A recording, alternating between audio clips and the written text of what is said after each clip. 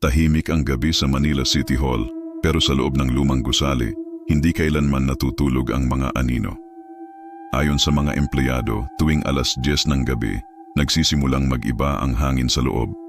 Ang mga ilaw sa hallway ay biglang umiilaw at namamatay, at ang dating amoy ng lumang papel ay napapalitan ng mabigat na halimuyak ng kandila at insenso. Si Rico, bagong security guard, ay kakapasok pa lang sa trabaho. Galing siya sa probinsya at hindi naniniwala sa mga kwentong kababalaghan. Sa orientation pa lang, biniro na siya ng mga kasamahan. "Huwag kang magpatumpik-tumpik sa basement, ha?" Doon naglalakad si Maria. Ngumiti lang siya noon, akala niya ay biro. Pero ngayong gabi, siya ang naka-duty mag-isa. Habang nag-iikot siya, napadaan siya sa lumang archway sa likod ng building. Bahagi raw ito ng lumang gusali bago pa man itinayo ang kasalukuyang City Hall noong panahon ng mga Amerikano. May lumang pinto roon, kalawangin at parang matagal nang hindi nabubuksan. Napansin niya, may malamig na hangin na lumalabas mula roon kahit sarado. Lumapit siya, inilapit ang flashlight at narinig ang tila mahihinang bulong. "Tulungan mo kami." Napaatras siya pero tinawanan ang sarili. "Hangin lang yan," sabi niya. Pilit na pinapatatag ang loob. Ngunit nang tumalikod siya, may nakita siyang itim na marka sa sahig. Parang hugis kamay na basa ng dugo. Agad niyang sinundan ng ilaw. Pero sa isang iglap, naglaho ang marka. Tanging ang amoy ng lumang lupa at abo ang naiwan. Kinabukasan, dinala niya ang kwento sa kanyang supervisor. Ngumiti lang ito at tumango. Dun banda sa archway? Hindi mo dapat binubuksan yan. Alam mo ba kung ano yung ilalim niyan?" Umiling si Rico. Lumapit ang matanda, bumaba ang tono ng boses. "Libingan yan noon. Panahon ng giyera, maraming pinatay dyan at inilibing sa mismong ilalim ng gusali. Kaya paggabi, minsan bumabalik yung mga hindi pa nakakaalis." Nanlamig si Rico. Hindi siya makapaniwala. Pero mula sa gilid ng silid, may nakita siyang aninong dumaan, isang babae, mahaba ang buhok, nakasuot ng lumang uniforme ng empleyado. At sa sahig unti-unting bumalik ang bakas ng kamay patungo sa pinto ng basement.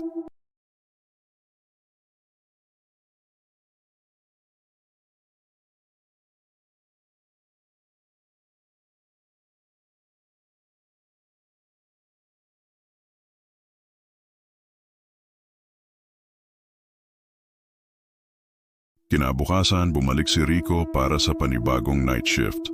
Pilit niyang iniiwasan ang archway, pero tila may kung anong humihila sa kanya pabalik doon. Sinubukan niyang ituon ang isip sa trabaho, pag-ikot sa bawat floor, pag-check ng mga lock, at paglista ng mga ilaw na kailangang ayusin. Ngunit habang nag-i-inspection siya sa records room, napansin niyang bukas ang pinto. Walang dapat tao ron, lalo na't mahigpit na ipinagbabawal ang pagpasok matapos ang alas 6 ng gabi. Mula sa loob, may mahina siyang narinig na tunog ng papel na nililipat. May naiwan siguro, bulong niya sa sarili. Binuksan niya ang pinto at biglang tumigil ang tunog. Tahimik. Amoy alikabok at lumang tinta. Pumasok siya, tinutok ang flashlight sa mga lumang folder. Pero sa may dulo ng silid, may nakatalikod na babae, tila may hinahanap sa mga kabinet. Nakaputing blouse at itim na palda, parang empleyado. "Miss?" tawag niya. "Bawal po rito sa gabi, sarado na." Hindi ito sumagot. Lumapit siya ng dahan-dahan. "Miss, baka..." Paglapit niya, napansin niyang nakalutang ang buhok ng babae. Parang may hangin kahit sarado ang silid. At nang tuluyan niyang abutin ang balikat nito, bigla itong humarap. Maputla. Walang mata.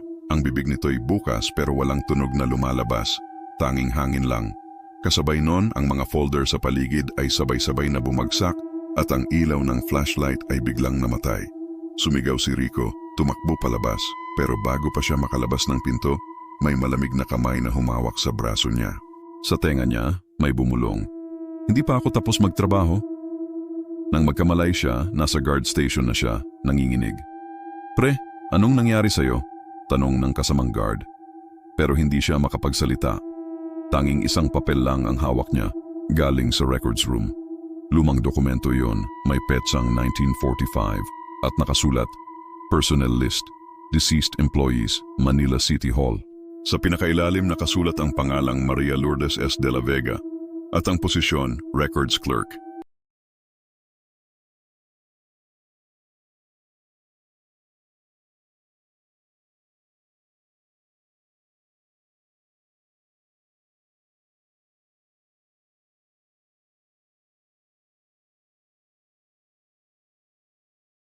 Pagkatapos ng insidenteng iyon, hindi na mapakali si Rico. Kahit araw, parang may malamig na presensyang sumusunod sa kanya.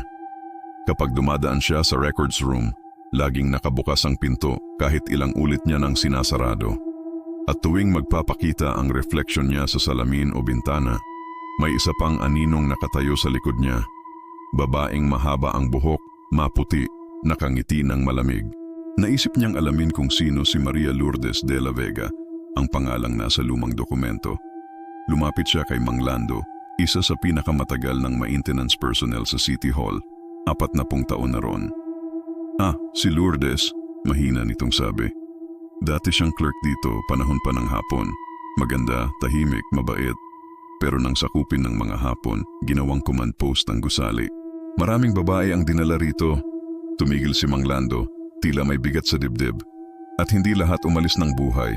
Isa ba siya sa... Hindi na natapos ni Rico ang tanong. Tumango ang matanda. Oo, sabi nila, dito mismo sa records room siya huling nakita. Nagkubli siya, pero nahuli rin. Simula noon, walang gustong magtrabaho rito ng gabi. Minsan, maririnig mong may tumatawag ng pangalan mo, kahit mag-isa ka lang. Kinagabihan, nagpa siya si Rico na harapin ang takot. Dinala niya ang lumang papel ni Lourdes at bumalik sa records room bago maghating gabi. Binuksan niya ang pinto. Tahimik, malamig, pero walang multo. Lumapit siya sa gitna, inilapag ang papel sa mesa at mahinang nagsabi, "Kung nandito ka pa, gusto kong malaman mo. Hindi ko kaaway, hindi kita nilalapastangan. Gusto ko lang maintindihan." Sandaling katahimikan, tapos biglang umihip ang hangin.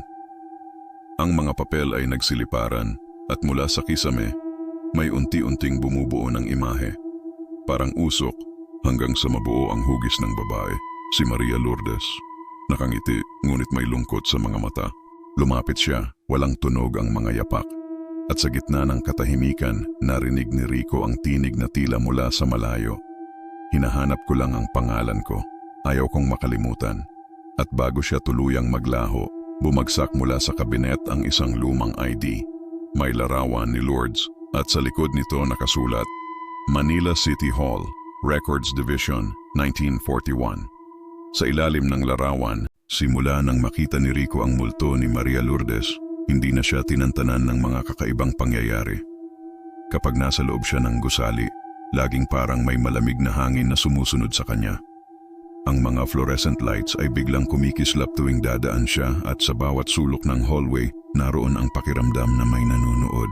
Isang gabi habang nagroronda, nakarinig siya ng kalansing mula sa basement. Ang parte ng City Hall na matagal nang isinara dahil umano may structural damage. Pero ayon kay Mang Lando, hindi lang iyon ang dahilan. Diyan din daw inilibing ang mga bangkay noong giyera, mga empleyado, sundalo, pati sibilyan. Isinara yan hindi dahil delikado, kundi dahil binabagabag. Kahit alam niyang bawal, bumaba si Rico dala ang flashlight. Ang hangin sa hagdan ay malamig at mabigat, parang may halong amoy ng kalawang at kandila. Pagdating sa ibaba, bumungad sa kanya ang makitid na pasilyo. May mga lumang kabinet, sirang mesa, at mga file box na natatakpan ng makapal na alikabok. Habang nag-iikot, napansin niyang may pinto sa dulo, luma, gawa sa bakal at may nakaukit na letra, 1945, Records Storage. Sinubukan niyang buksan, pero sira ang doorknob. Hinampas niya ng flashlight hanggang sa bumigay. Pagpasok niya, malamig agad ang hangin. Sa loob, may mga lumang dokumento at picture frames. Pero ang kakaiba, may mga itim na marka sa pader, parang mga palad na naiwan sa basang dugo. Habang nililiwanag niya ang paligid, napansin niyang may nakasulat sa dingding gamit ang pulang tinta. "Hindi kami makaalis. Nakakulong kami sa ilalim ng mga papel." Biglang bumagsak ang isa sa mga kahon. Sa loob nito, may mga lumang ID at employment forms. Lahat ay may pulang marka ng deceased. At sa pinakailalim, may larawan ng grupo ng mga empleyado. Isa rito si Maria Lourdes, nakangiti sa gitna. Ngunit nang itutok niya ng mabuti ang flashlight, napansin niyang sa litrato. Lahat ng tao ay nakatingin sa kamera, maliban kay Maria. Nakatingin siya direkta kay Rico, at sa mismong sandaling iyon, pumatay ang flashlight. Mula sa dilim, narinig niya ang tunog ng mga tikas ng sapatos. 1, 2, 5, marami. Mga yabag na papalapit. at ang boses ni Maria mula sa kawalan. Tumakbo si Rico papalabas ng basement, ngunit tila walang katapusan ang pasilyo. Ang bawat hakbang niya ay parang inuulit ang parehong mga pinto, ang parehong lumang cabinet at ang parehong malamig na ihip ng hangin. Nang akalain niyang makakaakyat na siya, napansin niyang nakasara na ang hagdan. Parang nyupi ng bakal, hindi na madaanan. Ano to? Bulalas niya. Habol ang hininga. Mula sa dilim, may marahang tinig na lumitaw. Boses ng babae. Hindi ka makakaalis hanggat hindi mo nakikita ang katotohanan. Muli niyang binuksan ang flashlight. Sa sahig, may mga bakas ng dugo na tumutulo papunta sa pader. Sinundan niya iyon hanggang sa napansin niyang may bahagi ng dingding na parang may bitak. Tinanggal niya ang lumang plywood na nakatakip at doon niya nakita isang lihim na lagusan. Sa loob, makipot at mababa ang daan, halos gumapang siya papasok. Ang amoy ay mabigat, parang pinaghalong amag at bulok na laman. Habang lumalalim siya, nagsimulang marinig ni Rico ang mahinang pag-iyak, mga tinig na pabulong. Mga dasal sa wikang hindi niya maintindihan. Pagdating niya sa dulo, bumungad sa kanya ang isang maliit na silid na may altar. Sa gitna, may mga kandilang nakasindi kahit walang tao roon. At sa paligid, nakapila ang 11 kahon, tila mga kabaong nayari sa kahoy. Isa-isa niyang tinutukan ng ilaw, bawat isa may papel na nakadikit, may pangalan at larawan ng mga dating empleyado ng City Hall. Ang huli sa pila, Maria Lourdes S. de la Vega. Nang sandaling iyon, biglang umihip ang hangin at isa-isang namatay ang mga kandila. Sa gitna ng dilim, lumitaw si Maria, nakaputi, nakalutang, ngunit ngayong iba na ang mukha. Hindi na malungkot, galit. Bakit nila kami kinalimutan? Bakit nila tinakpan ang kasaysayan namin? Nang magsimula siyang lumapit, umatras si Rico, pero tinig pa rin ng babae ang umalingaw-ngaw sa loob ng silid. Hindi ako ang multo rito. Kayo ang mga buhay na walang pakialam. Kasabay nun, nagsimulang gumalaw ang mga kahon. Isa-isa silang bumukas at mula sa loob ay may mga aninong parang usok na lumalabas. Mga mukha ng kaluluwa, umiiyak, sumisigaw, naghahanap ng katarungan. Tinakbo ni Rico ang labasan, pero bago siya tuluyang nakalabas, narinig niya ang huling salita ni Maria. Tulungan mo kaming maalala bago ka rin maging isa sa amin. At nang magbalik siya sa normal na basement, sarado na muli ang pader, parang walang lagusan kailanman. Ngunit sa kanyang kamay, mahigpit pa rin niyang hawak ang lumang ID ni Maria na ngayoy basa ng dugo.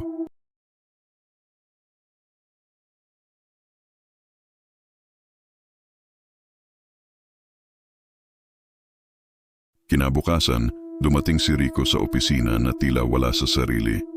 Puno ng takot at kaba, ngunit dala niya ang ID ni Maria Lourdes bilang patunay sa kakaibang karanasan niya sa basement. Sinubukan niyang ikwento ito sa kanyang mga kasamahan pero walang naniwala. Rico, baka napuyat ka lang. Marami talagang alikabok at kalansing sa ilalim. Huwag mo nang seryosohin, sabi ng isa niyang kasama, si Jomar. Pero isang linggo matapos iyon, nagbago ang lahat. Habang nasa duty si Jomar sa gabi, nakakita siya ng babaeng nakaputing bestida sa hallway malapit sa record section. Akala niya empleyado pero nang lapitan niya, naglaho ito sa hangin. Kinabukasan, si Jomar ay hindi na pumasok muli. Muli, si Rico lang ang nanatili sa night shift. Nang gabing iyon, naisip niyang balikan ang mga lumang file para alamin kung sino si Maria Lourdes. Habang nagbubuklat siya ng mga folder, natagpuan niya ang isang lumang envelope na may nakasulat na Confidential 1945 Incident. Sa loob, may mga lumang larawan. Grupo ng mga empleyado ng City Hall noong panahon ng giyera. Nandoon si Maria at sa likod ng litrato may nakasulat, "Mga saksi sa pagpatay, huwag hayaang malaman ng publiko."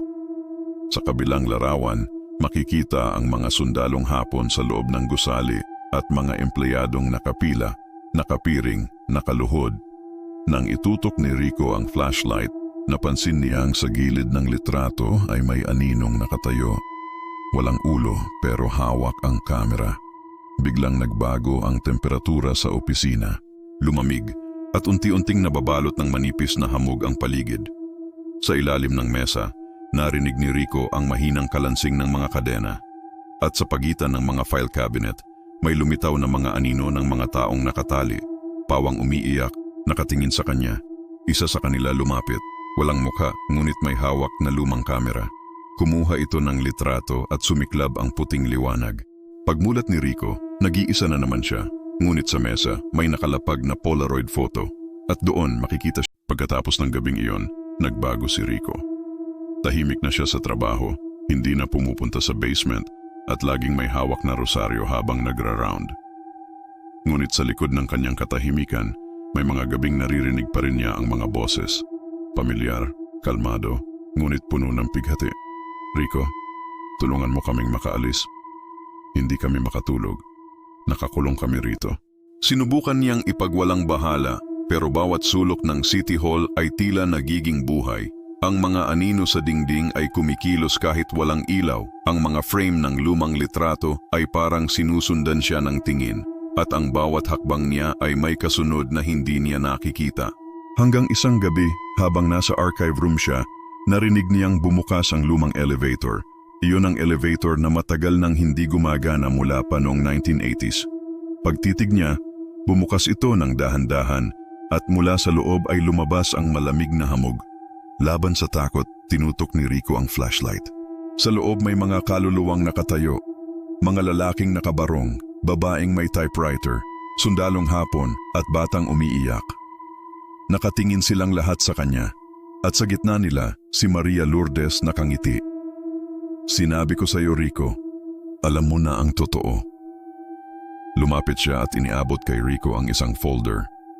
Narito ang kasaysayan naming tinago nila. Ipakita mo sa mundo. Nang buksan ni Rico ang folder, nakasulat ang mga pangalan ng mga empleyadong nawawala mula 1945 hanggang 1947. Higit 30 tao, lahat nagtatrabaho noon sa City Hall. Sa huling pahina, may dokumentong nagsasabing tinakpan ng pamahalaan ang massacre na naganap sa basement upang hindi masira ang imahe ng gusali. Habang binabasa niya, unti-unting naglaho ang mga kaluluwa sa paligid. Ngunit bago tuluyang mawala si Maria, muling nagsalita ito. Kapag dumating ang liwanag, huwag mo kaming kalimutan. Pagmulat ni Rico, umaga na. Nasa lobby siya, walang sugat, walang folder. Pero sa mesa niya, may lumang dokumentong may pirma ni Maria Lourdes. At sa likod, nakasulat sa pulang tinta, "Thank you for listening." Kinilabutan si Rico, pero sa unang pagkakataon, nakaramdam siya ng katahimikan. Ngunit sa dulo, hindi na dapat gumagana ang lumang elevator sa City Hall. Sabi ng maintenance team, sira na ang mga kable at kahit ang control panel ay tinanggal na. Pero sa tuwing mag-iisa si Rico sa night shift, naririnig pa rin niyang bumubukas ito mag-isa. May kasabay pang tunog ng lumang kampanilya. Isang gabi, habang inaayos niya ang mga report, muling tumunog ang elevator. Ngunit ngayong gabi, hindi lang basta pagbukas. Narinig niya rin ang pagbanggit ng kanyang pangalan. "Rico, halika na. Naghihintay kami sa ibaba." Malamig ang hangin, tahimik ang buong gusali. Ngunit mula sa lumang elevator may ilaw na kumikislap. Parang may liwanag na nagmumula sa ilalim ng lupa. Dala ng takot at kuryosidad, lumapit si Rico. Habang nakatayo siya sa harap ng elevator, napansin niyang hindi ito ordinaryong liwanag. Sa loob, makikita ang mga anino ng mga kaluluwang nakita niya noon, nakatayo sa iisang direksyon. Nakatingin pa itaas, tila inaanyayahan siyang sumama. Pinindot ni Rico ang B1. Biglang nagsara ang pinto at gumalaw ang elevator pababa. Ngunit imbes na huminto, patuloy itong bumaba, lampas sa normal na antas. Hanggang sa maramdaman niyang wala na siyang mabigat na pakiramdam sa katawan, parang lumulutang. Nang bumukas ang pinto, bumungad sa kanya ang ibang anyo ng City Hall. Madilim, puno ng abo at usok, at may mga bintanang sirang tila tinamaan ng bomba. Sa labas, maririnig niya ang sigaw ng mga tao at putukan ng baril. Para siyang naihatid pabalik sa panahon ng digmaan. Isang lalaking duguan ang lumapit sa kanya, bit-bit ang typewriter case. "Hindi mo dapat binuksan ang pinto, Rico. Dito lahat kami nadala. Dito nagsimula ang sumpa." Sumunod, lumapit si Maria Lourdes. Ngayon, hindi na siya nakaputi, kundi duguan at basag ang mukha. "Ngayon alam mo na ang katotohanan. Ang City Hall na ito, itinayo sa ibabaw ng aming mga libingan." Nanginginig si Rico, hindi makagalaw. Paano ako makakaalis dito? Tanong niya. Ngumiti si Maria malungkot. Hindi ka makakaalis hanggang may nakakalimot pa sa amin. Nang muling magsara ang pinto ng elevator, napuno ng dugo ang sahig. At sa sandaling iyon, nagising si Rico. Nasa opisina na naman siya. Pero sa kanyang uniform, may mga marka ng kamay na dugo. At sa screen ng CCTV sa lobby, nakita niya ang sarili niya. Pagkatapos ng insidenteng iyon, ilang araw na nawala si Rico. Hindi siya nag-report sa duty, hindi rin sumasagot sa mga tawag. Akala ng mga kasamahan niya'y umalis lang o nagbakasyon, pero isang gabi may nakakita sa kanya. Nakaupo sa harap ng lumang elevator, tulala, at may hawak na lumang ID na may pangalang Maria Lourdes S. de la Vega. Dinala siya ng mga gwardya sa infirmary pero kahit anong tanong sa kanya ay iisa lang ang sinasabi, hindi sila tapos, babalik sila. Kinabukasan, biglang nag-brown out sa buong gusali. Lahat ng ilaw, computers at camera ay sabay-sabay na namatay, maliban sa elevator panel. Nagsindi ito ng kusa at ang lumang bell ay muling tumunog. Sa screen, lumabas ang floor indicator, B3. Walang ganoong level sa City Hall. Sa CCTV room, nagsiksikan ang mga gwardya, pinapanood kung anong nangyayari. Pagbukas ng pinto ng elevator, lumabas si Rico. Pero ibang-iba na siya, maputla, malamig at walang anino. Dala niya ang lumang folder na may label na The Forgotten Records. Lumapit siya sa mesa ng reception at walang salitang ibinuka ang folder. Pagkagulat ng lahat, lumipad palabas ang mga papel, lumulutang sa hangin. Isa-isa, dumikit sa mga dingding. Bawat isa ay may larawan ng mga nawawalang empleyado ng City Hall, pati na rin ng mga sundalong pinaslang noong giyera. Kasabay nito, narinig nila ang mga tinig, humihingi ng tulong, humihingi ng hustisya. Hindi kami kalaban, gusto lang naming maalala. Biglang nagliyab ang mga ilaw at isa-isang nagsimulang pumutok ang mga bumbilya. Nang mawala ang kuryente, nakita nilang lahat. Ang mga anino ng mga kaluluwa ay nakatayo sa bawat sulok ng hall. Si Maria Lourdes ay nasa gitna, nakatingin kay Rico. Salamat sa iyo, pero kailangan mong sumama. Nang haplusin niya ang balikat ni Rico, naglaho ito sa harap ng lahat. Ang mga papel ay dahan-dahang bumagsak at ang elevator ay nagsara ng kusa, sabay nagpakita ng bagong ilaw sa panel, final floor. Pagbalik ng kuryente, wala nang bakas ni Rico, ngunit sa sahig ng lobby may naiwan, ang ID ni Maria Lourdes at isang larawan ng mga empleyado. Ngayon kasama na rin doon si Rico, nakatayo sa gitna, nakangiti.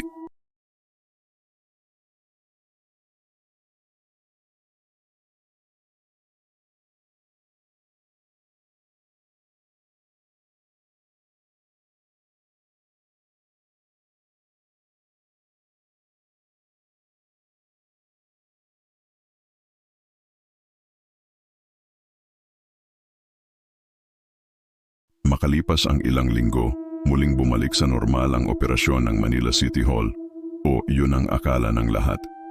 Pero sa gabi, kapag wala ng tao, naririnig pa rin ng mga janitor ang mahinang tunog ng elevator bell, kahit wala naman itong kuryente. At sa tuwing bubukas ito, may marahang amoy ng lumang kandila at kalawang na kumakalat sa hangin. Isang bagong gwardya, si Leo, ang naitalaga sa night shift. Hindi siya naniniwala sa mga kwentong multo, hanggang sa unang gabi niya nang marinig niyang bumukas ang elevator. Sa loob, wala namang tao. Maliban sa isang lumang folder na nakalapag sa sahig, binuksan niya ito at nabasa ang pamagat, The Forgotten Records, 1945 to present. Sa loob, may mga litrato ng mga empleyado, lahat nakangiti, nakasuot ng uniforme. Pero sa pinakabagong larawan, nakilala niya agad ang isa, ang dating gwardyang nawawala, Rico. Kinabahan siya, pero sinubukan pa rin niyang bumalik sa duty. Nang gabi ring yon, habang nagro-ronda, nakita niya sa lobby ang isang lalaking naka-uniforme ng guard, nakatayo sa harap ng elevator. Sir, bawal na po dyan, sabi ni Leo. Dahan-dahang lumingon ang lalaki. Si Rico, maputla, walang ekspresyon, ngunit may kakaibang liwanag sa mga mata. Wala nang bawal dito. Duty na natin ulit. Paglingon ni Leo, may mga taong nakaputi sa paligid, mga kaluluwang dati nakakulong. Ngayon, nakangiti silang lahat, tila malaya na. Si Maria Lourdes ay nasa gitna, nakatingin sa kanya. Salamat sa mga nakarinig. Sa wakas natapos na rin ang aming huling shift. Biglang umilaw ang buong City Hall. Isang malakas na liwanag ang bumalot sa buong gusali. Nang matapos, tahimik na ulit ang paligid. Wala na si Rico, wala na ang mga kaluluwa. Ang elevator? Tuluyan ng sinarado at tinakpan ng bakal. Ngunit tuwing alas 12 ng gabi sa CCTV feed ng security office, may lumalabas pa ring imahe ng isang guwardiya na nagpapatrol sa hallway. Bit-bit ang flashlight, tahimik, ngunit kapag tinutukan ng kamera, wala siyang mukha. At sa tabi ng lumang pinto ng elevator, may nakasulat na bago. End of shift, Rico de la Cruz, 2025. Maraming salamat sa panunood ng kwentong ito, mga Ghostmates. Kung nagustuhan mo ang ating kwentong katatakutan, don't forget to like, share, and subscribe sa Ghost Theory. At i-click mo na rin ang notification bell para lagi kang updated sa mga susunod nating nakakakilabot na kwento. At kung gusto mo ng exclusive horror content at behind-the-scenes stories, join our YouTube membership. Support Ghost Theory at maging parte ng ating growing horror family. Hanggang sa muli, ako si Ghost Theory voice name if applicable. At tandaan, sa bawat dilim may kwentong naghihintay.